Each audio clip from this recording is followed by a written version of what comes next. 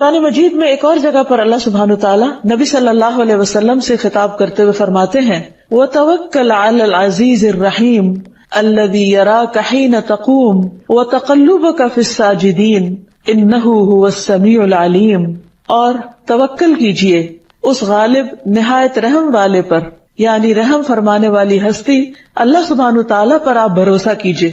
کون ہے وہ اللہ؟ الذی یراک حین تقوم، وہ جو آپ کو اس وقت بھی دیکھتا ہے جب آپ کھڑے ہوتے ہیں قیام کی حالت میں، یعنی اللہ سبحانہ تعالیٰ کے آگے نماز میں قیام فرما رہے ہوتے ہیں۔ وَتَقَلُّبُکَ فِی السَّاجِدِینَ، اور سجدہ کرنے والوں کے درمیان جب آپ رکوع اور سجدہ کر رہے ہوتے ہیں اور دوسرے بھی آپ کے ساتھ مل کر رکوع کر رہے ہوتے ہیں، سجدے کر رہے ہوتے ہیں، اللہ تعالیٰ اس وقت بھی آپ کی نگرانی کر رہا ہوتا ہے، اس وقت بھی آپ کو دیکھ رہا ہوتا ہے۔ اور اِنَّهُ هُوَ السَّمِيعُ الْعَلِيمُ، بے شک وہ سننے والا جاننے والا ہے۔ لیکن نماز کی حالت میں کتنا کم ہم یہ سوچتے ہیں کہ میرے اس قیام کو اللہ تعالیٰ دیکھ رہے ہیں، میرے اس رکوع میں اللہ سبحانہ تعالیٰ میری نگرانی فرما رہے ہیں، جب میں سجدے کی حالت میں ہوں تو اللہ تعالیٰ اس وقت بھی میرے پورے حال سے باخبر ہیں کہ میری سوچ اس وقت کیا ہے، میرے خیالوں میں اس وقت کیا ہے، میرے دل کے اندر اس وقت کیا احساس ہے۔ کیا واقعی اگر میرا سر جھکا ہوا ہے، زمین پر لگا ہوا ہے، تو واقعی میں میرے خیالات اور میرے اندر کا انسان بھی پوری طرح اللہ سبحانہ تعالیٰ کے حکم کی فرما برداری کر رہا ہے؟ کیا واقعی وہ اس کی عقل اور اس کی سمجھ اور اس کا دل اور اس کے جذبات سب کچھ اللہ سبحانہ تعالیٰ کے تابع ہیں؟ اسی طرح انسان جب چلتا پھرتا ہے یا دنیا میں اور بہت سے کام کاج کرتا ہے تو کتنی بار یہ سوچتا ہے کہ وہ اللہ سبحانہ تعالیٰ کی نگرانی میں ہے۔ اگر ہر انسان اللہ تعالیٰ کی اس صفت کو اچھی طرح سمجھ لے اور اس بات کا یقین کر لے کہ وہ دنیا میں کہیں بھی بھاگ کر جائے، خواہ وہ زمین کے اوپر کہیں اڑ رہا ہو یا زمین پہ کہیں چل رہا ہو یا زمین کے اندر کہیں اتر کر چھپا ہوا ہو یا پھر کہیں پانی میں ہو، وہ ہر حال میں اللہ سبحانہ تعالیٰ کی نظروں میں ہے۔ اس کا کوئی بھی عمل خواہ وہ چھوٹا ہو یا بڑا اللہ تعالیٰ سے چھپا ہوا نہیں ہے۔ اور حقیقت یہ ہے کہ اگر یہ ایمان انسان کے اندر پختہ ہو جائے تو انسان کے بہت سے گناہ خود بخود کم ہو جائے۔ اللہ تعالیٰ کے حاضر ہونے کا احساس اس کے اندر ایسا تقویٰ پیدا کرے، ایسا خوف پیدا کرے کہ وہ انسانوں کے ڈر سے نہیں، اللہ سبحانہ تعالیٰ کے ڈر سے ان کاموں کو چھوڑ دے جو اللہ تعالیٰ کو ناپسند ہیں اور جو اس کی مخلوق کو نقصان دینے والے ہیں۔ اگرچہ اللہ سبحانہ تعالیٰ اپنے بندوں کے حال سے براہ راست واقف ہیں، خود نگرانی کر رہے ہیں، خود دیکھ رہے ہیں، لیکن اس کے باوجود جو فرشتے اس نے انسان پر نگران مقرر کیے ہوئے ہیں ان سے بھی اللہ تعالیٰ بندوں کے حالات پوچھتے رہتے ہیں۔ یہ بھی اللہ سبحانہ تعالیٰ کی بندوں کے بارے میں ایک خاص رحمت ہے اور اس کی کیئر ہے اور اس کا کنسرن ہے اور اس کی محبت ہے اور اس کی توجہ ہے اپنے بندوں کے حالات پر۔ ایک حدیث میں آتا ہے رسول اللہ صلی اللہ علیہ وسلم نے فرمایا کہ رات اور دن میں فرشتوں کی ڈیوٹیاں بدلتی رہتی ہیں، یعنی کرامن کاتبین کی، اور فجر اور عصر کی نمازوں میں ان کا اجتماع ہوتا ہے، وہ اکٹھے ہوتے ہیں۔ پھر تمہارے پاس رات کو رہنے والے فرشتے جب اوپر چڑھتے ہیں تو اللہ تعالیٰ ان سے پوچھتا ہے، حالانکہ وہ ان سے کہیں زیادہ اپنے بندوں کے حالات سے خود واقف ہے۔ وہ پوچھتا ہے، میرے بندوں کو تم نے کس حال میں چھوڑا؟ وہ کیا کر رہے تھے؟ وہ جواب دیتے ہیں، جب ہم نے انہیں چھوڑا تو وہ فجر کی نماز پڑھ رہے تھے، اور جب ان کے پاس گئے تب بھی وہ عصر کی نماز پڑھ رہے تھے۔ اور اسی طرح دوسرے فرشتوں سے پوچھتا ہے تو وہ بھی اسی طرح جواب دیتے ہیں۔ اللہ سبحانہ تعالیٰ اپنے بندوں کی نگرانی کرتے ہوئے، اپنے بندوں کا خیال کرتے ہوئے ان پر اپنی خاص رحمت فرماتے ہیں، اور خصوصی طور پر جو بندے عبادت گزار ہوتے ہیں اللہ سبحانہ تعالیٰ ان سے محبت کرتے ہیں۔ پھر اسی طرح اللہ تعالیٰ اپنے بندوں کے غموں سے بھی آگاہ ہوتا ہے کہ اس وقت بندے کے دل کی کیفیت کیا ہے، وہ کس پریشانی کا شکار ہے۔ بعض اوقات ہم جب پریشان ہوتے ہیں تو ہمیں یوں لگتا ہے جیسے ہم تنہا رہ گئے، ہمارا کوئی بھی نہیں۔ کبھی کوئی فوت ہو جائے تو ہم سوچتے ہیں کہ اب ہمارا کون ہوگا، اب ہمارا کیا بنے گا۔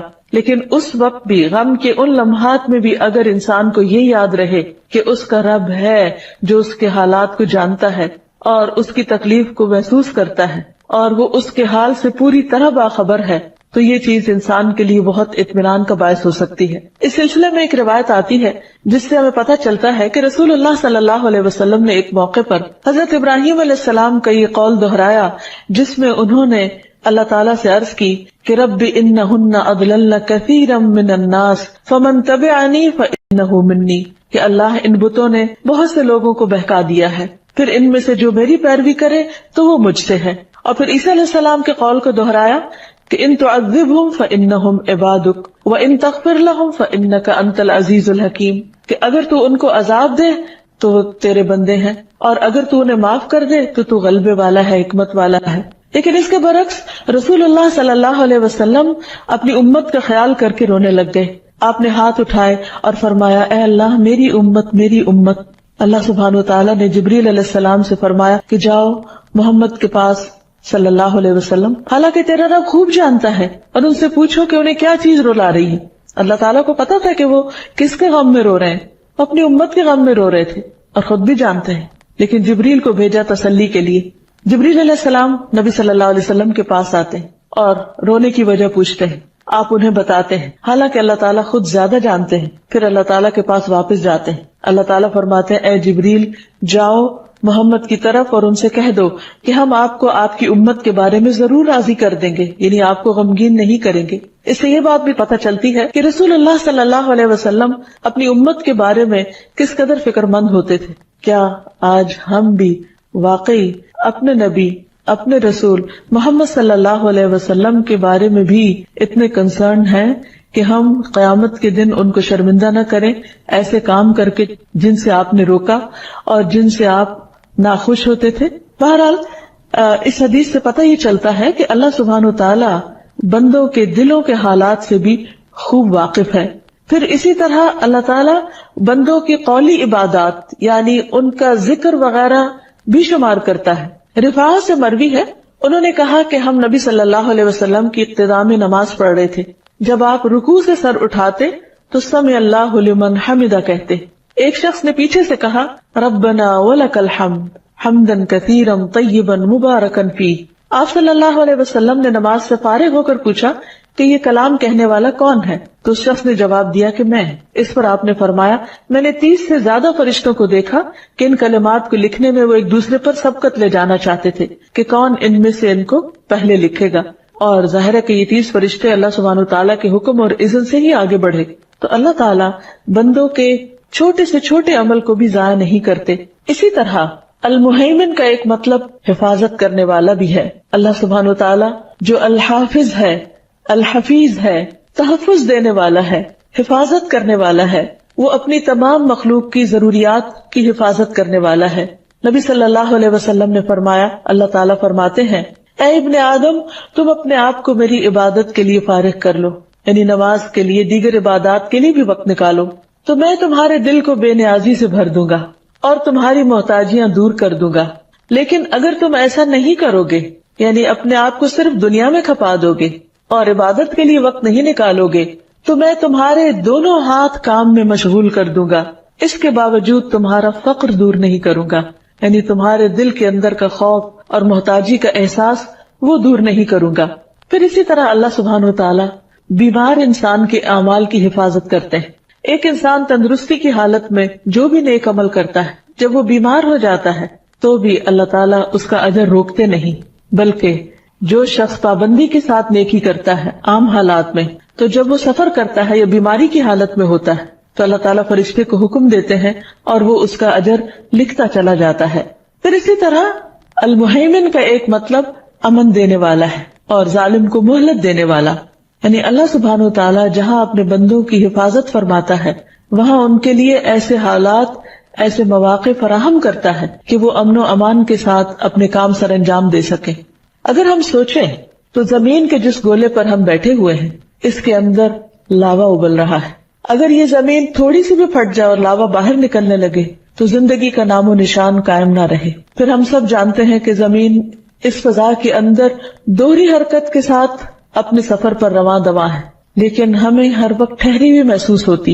یعنی کس قدر حیرت کی بات ہے کہ جو زمین ہزاروں میل فی گھنٹہ کی رفتار سے اس فضا میں دوڑ رہی ہے، اس زمین پر بیٹھے ہوئے انسانوں کو کبھی احساس بھی نہیں ہوتا کہ یہ زمین حرکت میں ہے.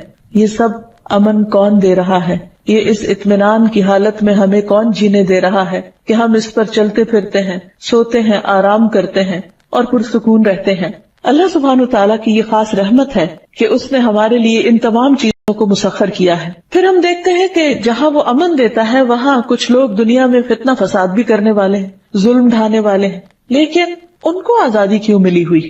اس کی وجہ یہ ہے کہ وہ بھی اللہ ہی کے بندے ہیں، لیکن اللہ تعالیٰ کے دیے ہوئے اختیار سے ناجائز فائدہ اٹھا رہے ہیں. یہ بھی اللہ تعالیٰ کی ان پر مہربانی ہے کہ ان کو فوراً نہیں پکڑتا اور ان کو مہلت دیتا ہے، موقع دیتا ہے تاکہ وہ بھی توبہ کر لیں، وہ بھی پلٹ آئیں، باز آ جائیں اور سیدھی راہ پر چل پڑیں. تو اللہ سبحانہ تعالیٰ ہر ایک کو مہلت دیتا ہے، کوئی چھوٹا گناہ کرے یا بڑا گناہ کرے. ہمارے نزدیک کچھ لوگ بڑے بڑے غلط کام کر رہے ہوتے ہیں اور ہم چاہتے ہیں کہ ان کی فوراً پکڑ ہو جائے اور فوراً ٹھکانے لگا دیا جائے تاکہ دنیا سے ظلم ختم ہو جائے. یہ بات اپنی جگہ درست ہے، لیکن دوسری طرف اللہ سبحانہ تعالیٰ ظالم کو مہلت دیتا ہے کیونکہ وہ بھی ایک انسان ہے جو وقتی طور پر اپنی آزادی سے ناجائز فائدہ اٹھا رہا ہے. ہر انسان کے اندر اللہ نے ضمیر نام کی چیز رکھی ہے جو اسے ملامت کرتی ہے. ایک شخص جس نے 99 قتل کیے، جب اس کو احساس ہوا کہ وہ غلط کر رہا ہے تو اس نے توبہ کے لیے ایک راہب کی طرف رجوع کیا تاکہ وہ اسے طریقہ بتائے کہ کس طرح وہ اپنے گناہوں کو معاف کروا سکتا ہے. اگر اللہ تعالیٰ چاہتا تو اسے پہلا انسان قتل کرنے پر ہی پکڑ لیتے یا دوسرا یا تیسرا، لیکن کب تک اللہ تعالیٰ نے اس کو مہلت دی کہ بالآخر اسے احساس ہوا اور وہ اپنے گناہ سے تائب ہوا اور آخر میں رحمت کے فرشتے نے اس کی جان لی. تو اللہ تعالیٰ صرف ایک طرف کو دیکھ کر فیصلہ نہیں کرتے، وہ تمام امور کو بیک وقت دیکھنے والے ہیں اور اس کا کوئی فیصلہ بھی حکمت سے خالی نہیں ہے، اور وہ ہر ایک کو مہلت دیتا ہے اور ہر ایک کے لیے مواقع فراہم کرتا ہے تاکہ بندہ صحیح راہ پر آ جائے اور پلٹ آئے. پھر اسی طرح مہیمن کا ایک مطلب گواہ بھی ہوتا ہے، الشاہد، یعنی وہ جو خبر رکھتا ہو، نظر رکھنے والا ہو. تو اللہ تعالیٰ اپنی مخلوق پر شہید ہے یعنی گواہ ہے. بندوں سے جو بھی کوئی قول اور فعل سرزد ہوتا ہے اللہ تعالیٰ اس کو پوری طرح جانتا ہے. قرآن مجید میں آتا ہے وَمَا تَكُونُ فِي شَأْنٍ وَمَا تَتْلُو مِنْهُ مِنْ قُرْآنٍ وَلَا تَعْمَلُونَ مِنْ عَمَلٍ إِلَّا كُنَّا عَلَيْكُمْ شُهُودًا إِذْ تُفِيضُونَ فِيهِ وَمَا يَعْزُبُ عَنْ رَبِّكَ مِنْ مِثْقَالِ ذَرَّةٍ فِي الْأَرْضِ وَلَا فِي السَّمَاءِ وَلَا أَصْغَرَ مِنْ ذَلِكَ وَلَا أَكْبَرَ إِلَّا فِي كِتَابٍ مُبِينٍ. اور تم نہ کسی حال میں ہوتے ہو اور نہ اس کی طرف سے آنے والے قرآن میں سے کچھ پڑھتے ہو اور نہ تم کوئی عمل کرتے ہو مگر یہ کہ ہم اس پر شاہد ہوتے ہیں. یعنی کسی بھی حال میں تم ہو، قرآن میں سے کچھ بھی تم پڑھ رہے ہو تو ہم خود سن رہے ہوتے ہیں، ہم خود گواہ ہوتے ہیں جب تم اس میں مشغول ہوتے ہو. اور تمہارے رب سے کوئی ذرہ برابر چیز نہ زمین میں غائب ہوتی ہے اور نہ آسمان میں، نہ اس سے کوئی چھوٹی چیز اور نہ بڑی چیز مگر ایک واضح کتاب میں موجود ہوتی ہے. تو سوال یہ پیدا ہوتا ہے کہ اللہ سبحانہ و تعالیٰ بندوں کے اعمال پر کیوں گواہ ہے، بندوں کے اعمال خود کیوں دیکھ رہے ہیں؟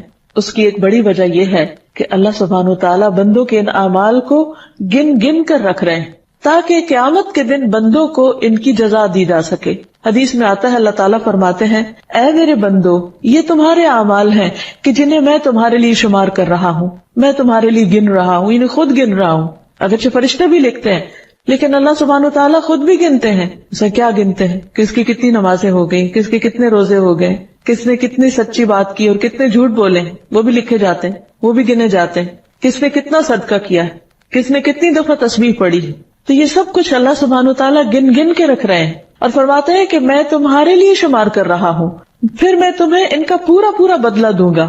تو جو آدمی بہتر بدلہ پائے وہ اللہ کا شکر ادا کرے، اور جو بہتر بدلہ نہ پائے تو اپنے نفس ہی کو ملامت کرے. یعنی ایسا نہیں کہ اگر انسان کچھ نہیں کرے گا تو اس کے لیے خود بخود کچھ لکھا جاتا رہے گا، نہیں.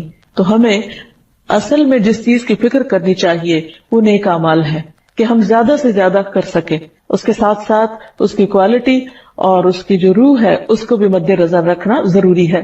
پھر یہ ہے کہ اللہ تعالیٰ ایک اور جگہ پر فرماتے ہیں سواء منکم من اسر القول ومن جہر بہ، برابر ہے تم میں سے جو بات چھپا کر کرے اور جو اسے بلند آواز سے کرے. یعنی اللہ کے لیے بالکل برابر ہے. ہمارے لیے فرق ہو جاتا ہے کیونکہ ہمارے کان ایک سرٹن فریکوینسی کے بعد سن نہیں پاتے، یعنی کہ وہ آواز کم ہو یا زیادہ ہو تو ہم سن نہیں سکتے، ایک خاص لمٹ کے اندر سنتے ہیں. لیکن اللہ تعالیٰ کے لیے ایسی کچھ بھی مشکل نہیں، وہ ہر بات کو سنتے ہیں، چپکے چپکے کی جائے سرگوشیوں کی حالت میں کی جائے یا پھر چیخ چلا کر کی جائے۔ ایک اور جگہ پر فرماتے ہیں واللہ شہید علی ما تعملون، اللہ تعالیٰ پوری طرح شاہد ہے اس پر جو بھی تم کرتے ہو۔ اور پھر یہ کہ قیامت کے دن یہ سارے اعمال سامنے لائے جائیں گے تو انسان جھٹلا نہ سکے گا، کیونکہ اللہ تعالیٰ خود گواہ ہے اس پر۔ حدیث میں آتا ہے کہ ایک آدمی کو قیامت کے دن لایا جائے گا اور اس سے کہا جائے گا کہ اس پر اس کے صغیرہ گناہ پیش کرو، یعنی اس کے سامنے لا کے رکھے جائیں تو اس کے گناہ پیش کر دیے جائیں گے، اور اس کے جو بڑے بڑے گناہ ہیں ان کو چھپا کر رکھا جائے گا۔ تو اقرار کروانے کے لیے اسے کہا جائے گا کیا تو نے فلاں فلاں دن مثلا سنڈے کو یا منڈے کو یہ کام کیا تھا، تو وہ اقرار کر لے گا، انکار کی گنجائش کس کو ہوگی؟ لیکن ساتھ ہی ڈر رہا ہوگا کہ اس کے جو بڑے گناہ تھے ان کا کیا ہوگا، یہ تو چھوٹی چھوٹی چیزیں، اس کو اپنی بڑی بڑی غلطیاں بھی یاد آ جائیں گی۔ اب اللہ تعالیٰ فرمائے گا کہ اس بندے کے ہر گناہ کے عوض اس کو نیکی دے دو، کیونکہ بندہ جب گناہ کرنے کے بعد توبہ کر لیتا ہے تو اللہ تعالیٰ اس کے گناہوں کو نیکیوں میں بدل دے گا۔ اب وہ بندہ کہے گا کہ یا رب میں نے کچھ اور گناہ بھی کیے تھے، وہ مجھے یہاں نظر نہیں آ رہے، یعنی وہ جو کبیرہ گناہ جن سے ابھی تک وہ ڈر رہا تھا ان کا بھی ذکر خود کر دے گا۔ تو بہرحال یہ اللہ سبحانہ وتعالیٰ کی شان رحیمی ہے کہ وہ بندوں کی غلطیوں اور خطاؤں سے اس قدر درگزر فرماتا ہے اور اتنی خوبصورت طریقے سے توبہ قبول کرتا ہے کہ ان کی خطاؤں کو بھی قیامت کے دن نیکیوں میں بدل دے گا، لیکن اس کے لیے شرط یہ ہے کہ انسان سچے دل سے توبہ کرے۔ المہیمن کے معنی میں ایک قول یہ بھی ہے کہ یہ وہ ذات ہے جو اطاعت کرنے والے کے ثواب میں سے کچھ بھی کم نہ کرے، خواہ وہ ثواب کتنا ہی زیادہ کیوں نہ ہو، اور نافرمان جتنی سزا کا حقدار ہے اس سے زیادہ اس کو سزا نہ دے، کیونکہ اس پر جھوٹ جائز نہیں۔ اور اللہ تعالیٰ کو یہ حق حاصل ہے کہ وہ زیادہ ثواب دے کر مہربانی فرمائے اور بہت ساری سزاؤں کو معاف کر دے، یہ اس کے اپنے اختیار میں ہے۔ تو المہیمن جو ہے امن دینے والا ہے اور بندوں کی حفاظت کرنے والا ہے، ان کے حقوق کی حفاظت کرنے والا ہے، ان کے اعمال کے اجر کی حفاظت کرنے والا ہے، اس لیے اس سے اس بات کا ڈر نہیں ہونا چاہیے کہ وہ بندوں کا کوئی بھی عمل ضائع کر دے گا، الا یہ کہ انسان خود ایسے کام کر کے اپنے اعمال کو برباد کر دے جن سے اللہ سبحانہ تعالیٰ نے روکا ہے۔ اس کے برعکس اللہ تعالیٰ اگر کوئی بندہ ایک نیکی کرے گا تو اس کو 10 گنا سے لے کر 700 گنا اور اس سے بھی زیادہ دینے پر قادر ہے، اور اس کے لیے اسے کسی سے پوچھنا نہیں۔ تو اللہ سبحانہ تعالیٰ اپنے بندوں پر نہایت مہربان ہے۔ اللہ تعالیٰ فرماتے ہیں قُلْ يَا عِبَادِ الَّذِينَ آمَنُوا اتَّقُوا رَبَّكُمْ لِلَّذِينَ أَحْسَنُوا فِي هَذِهِ الدُّنْيَا حَسَنَةٌ وَأَرْضُ اللَّهِ وَاسِعَةٌ انما یوفی الصابرون اجرہم بغیر حساب۔ کہہ دو اے میرے بندو جو ایمان لائے ہو، اپنے رب سے ڈرو، ان لوگوں کے لیے جنہوں نے دنیا میں کوئی نیکی کی بڑی بھلائی ہے، یعنی اگر کوئی اچھا کرتا ہے تو اس کی وہ اچھائی قابل قدر ٹھہرے گی۔ اللہ کی زمین وسیع ہے اور صبر کرنے والوں کو ان کا اجر کسی شمار کے بغیر دیا جائے گا، یعنی اللہ تعالیٰ کے پاس پورا حق ہے، اختیار ہے کہ وہ بندے کا اجر ایک کو 10 کے برابر کرے یا ان لمیٹڈ کر دے کہ جس کو کوئی انسان گن بھی نہ سکے۔ اور ان نیکیوں میں سے سب سے بڑی نیکی صبر کرنا ہے جس کا اجر بغیر حساب کے انسان کو ملے گا۔ پھر اسی طرح اللہ تعالیٰ ذرہ برابر بھی اجر ضائع نہیں کرتا، یعنی ایک کام میں صرف کرنے والے کا نہیں بلکہ اس کام میں جو دوسروں کا تعاون ہوتا ہے ان کو بھی ساتھ اجر عطا کرتا ہے۔ مثلا ایک شخص کو نیک کام کرتا ہے، اس کو دیکھ کر کوئی اور کرتا ہے، یا ایک شخص کسی کو نیکی کی راہ دکھاتا ہے تو نیکی کی راہ دکھانے والا اگر خود اس پر عمل کر رہا ہے تو اس کو بھی اجر مل رہا ہے، اور اس راہ دکھانے پر جتنے بھی لوگوں کو وہ راہ دکھاتا ہے، خواہ وہ 100 ہو یا 1000 ہو، ان سب کو بھی اجر عطا فرماتا ہے۔ تب آپ دیکھیے کہ اس کے خزانوں میں کسی بھی قسم کی کمی نہیں آتی، خواہ وہ ایک چھوٹی سی نیکی پر لاکھوں کو نوازے، جو کہ ایک کرنے والے نے صرف خود نہیں کی، دوسروں کو بھی بتا دی۔ مثلا اگر کوئی شخص خود سبحان اللہ پڑھ رہا ہے اور وہ دوسروں کو بھی سکھا دیتا ہے کہ تم بھی سبحان اللہ پڑھو، اگر 1000 لوگ اس کے کہنے پر سبحان اللہ پڑھنے لگتے ہیں تو اس شخص کو نہ صرف یہ کہ اپنے سبحان اللہ پڑھنے کا ثواب ملے گا، بلکہ وہ جو 1000 لوگ سبحان اللہ پڑھ رہے ہیں ان کا بھی اجر ان کو ملنے کے علاوہ اس کو بھی ملے گا۔ تو آپ دیکھیے کہ اللہ سبحانہ وتعالیٰ کی نوازشوں کی کوئی حد نہیں۔ اور عمل تو عمل ہے، لیکن اگر کوئی شخص نیت بھی کر لیتا ہے تو اس پر بھی وہ اس کو اجر عطا کرتا ہے۔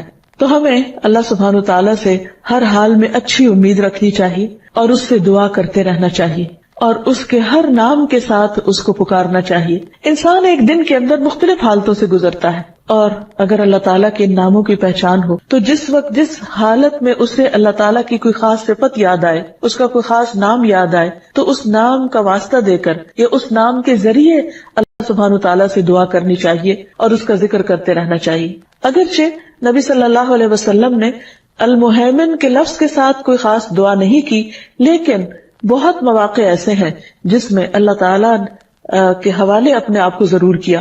مثلاً اپنے سارے معاملات کو بھی اللہ کے حوالے کیا.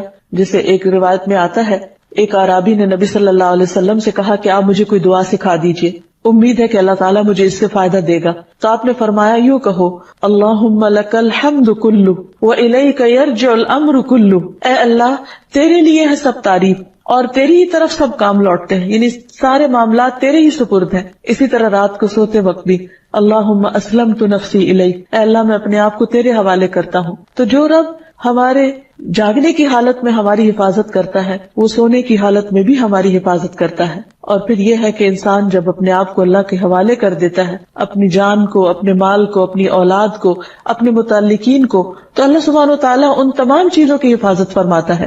اسی لیے جب کوئی مسافر سفر پر روانہ ہوتا ہے تو اس کو جو دعا دی جاتی ہے، نبی صلی اللہ علیہ وسلم نے جو دعا سکھائی ہے وہ یہی ہے کہ استودع اللہ دینک و امانتک و خواتیم عملک، کہ میں تمہارے دین، امانت اور عمل کے خاتمے کو اللہ کے سپرد کرتا ہوں. یعنی اگر کوئی شخص سفر پر جا رہا ہو تو ہمیں یہ دعا پڑھنے کی تلقین کی گئی ہے. اب یہ کہ جب ہم اللہ تعالیٰ کی صفت کو پہچان لیں تو اس کا ہماری زندگی پر کیا اثر ہونا چاہیے. سب سے پہلے تو یہ کہ ہمیں اس بات کا یقین ہونا چاہیے کہ ہم ہر وقت اللہ کی نگاہ میں ہمارے ایک ایک عمل کو دیکھا جا رہا ہے. اگر واقعی دیکھا جا رہا ہے تو پھر ہمارا طرز عمل کیا ہو. کبھی کوئی انسان بھی ہمیں دیکھ رہا اور ہمیں پتہ چل جائے تو ہم کانشیس ہو جاتے ہیں ایک دم. جیسے کہیں اگر بیٹھے ہوئے کچھ کر رہے ہیں اور ہمیں شک گزرے کے باہر ونڈو سے کوئی ہمیں دیکھ رہا ہے، جیسے رات کے اندھیرے میں آپ اپنے گھر میں لائٹ جلا کر بیٹھے ہیں اور آپ کو تھوڑا سا آہٹ محسوس ہوتی ہے اور یوں لگتا ہے جیسے باہر سے کوئی جھانک رہا ہے، تو آپ کمفرٹیبل ہو کے یا ریلیکس ہو کے نہیں بیٹھتے، آپ ایک دم الرٹ ہو جاتے ہیں کہ اچھا کوئی دیکھ رہا ہے. تو اس وقت آپ کیا کریں گے اور کیا نہیں کریں گے. آپ ایسا کبھی بھی نہیں کریں گے کہ اس وقت اپنا بیگ کھول کر پرس سے پیسے نکال کر وہ گننا شروع کر دے، کیونکہ آپ کو ڈر ہوگا کہ کہیں کوئی باہر سے اٹیک نہ کر دے اور آپ کا یہ عمل اس وقت آپ کے لیے خطرناک نہ ہو. اسی طرح کہیں پر بھی، کسی بھی موقع پر، کسی بھی جگہ پر جب انسان کو یہ احساس ہوتا ہے کہ کوئی شخص اس کے آس پاس ہے تو اس کا طرز عمل بالکل مختلف ہوتا ہے بنسبت اس وقت کے جب اس کے پاس کوئی بھی نہیں ہوتا. اس وقت انسان بالکل ریلیکس ہوتا ہے. ٹھیک ہے، انسانوں کے ساتھ معاملہ کرتے وقت تو انسان کی یہ کیفیات مختلف ہو سکتی، لیکن اللہ سبحانہ وتعالیٰ وَلِلَّهِ الْمَثَلُ الْأَعْلَى ان تمام چیزوں سے بالا و برتر ہے. جب ہمیں اس نام کا یقین و ایمان اور اس پر اعتماد ہو جائے تو ہمارے دل کے اندر ایک ایسی کیفیت ہونی چاہیے کہ ہمارے ساتھ یہ احساس ہمیشہ باقی رہے کہ میرا رب حفاظت کرنے والا ہے، میرا رب نگرانی کر رہا ہے، میرا رب اس وقت میرے معاملات کو دیکھنے والا ہے، میں اپنا سب کچھ اس کے سپرد کرتی ہوں. اس سے ایک طرف تو ہم کانشیسلی زندگی بسر کریں گے اور دوسری طرف ہمارے اندر ایک امن اور اطمینان کی کیفیت بھی ہوگی. اگر کوئی شخص آپ کو مس انڈرسٹینڈ کر رہا ہے تو بھی آپ کے اندر اطمینان ہوگا کہ میرا رب تو میرے دل کے حال کو جانتا ہے، میرا رب میرے ظاہر اور باطن کو جانتا ہے. بندوں کا خوف دل سے نکل جائے گا اور اللہ سبحانہ وتعالیٰ کی نگرانی کا احساس آپ کو مزید اچھے کاموں پر ابھارے گا. اور قرآن مجید میں آتا ہے وَهُوَ مَعَكُمْ أَيْنَمَا كُنْتُمْ وَاللَّهُ بِمَا تَعْمَلُونَ بَصِيرٌ، اور وہ تمہارے ساتھ ہے جہاں بھی تم ہو اور اللہ ان سب چیزوں کو جو بھی تم کرتے ہو دیکھ رہا ہے، خوب دیکھنے والا ہے. پھر اسی طرح ہمیں اپنے بچوں کی تربیت بھی اسی انداز سے کرنی چاہیے کہ بچوں جہاں بھی تم ہو اللہ تمہیں دیکھتا ہے. قرآن مجید میں آتا ہے کہ لقمان نے اپنے بیٹے کو وصیت کی تھی یا بنی انہا ان تک مثقال حبۃ من خردل فتکن فی صخرۃ او فی السماوات او فی الارض یأتی بها اللہ ان اللہ لطیف خبیر. اے میرے چھوٹے بیٹے، بے شک کوئی بھی چیز اگر رائی کے دانے کے وزن کے برابر بھی ہو، زمین میں ہو یا آسمان میں، تو اللہ اس کو لے آئے گا. بلا شبہ اللہ بڑا باریک بین، پوری خبر رکھنے والا ہے. اسی طرح انسان کے اندر اس صفت کا احساس احسان کا رویہ پیدا کرتا ہے. بعض اوقات لوگ ہم سے اچھا سلوک نہیں کرتے یا ہمارا حق ادا نہیں کرتے تو بھی ہم پوری کوشش کرتے رہے کہ ہم ان کا حق ادا کریں یا ان سے بہتر سلوک کریں. کیونکہ انسانی کمزوری ہے کہ وہ دوسروں کے رویے کا تابع ہو جاتا ہے کہ فلاں نے میرے ساتھ ایسا کیا، اب میں بھی اس کو مزہ چکھاؤں. لیکن جو شخص رب کی اس صفت پر یقین رکھتا ہے وہ بندوں کے رویوں کے تابع نہیں ہوتا، وہ ان کے ساتھ ہر حال میں اچھا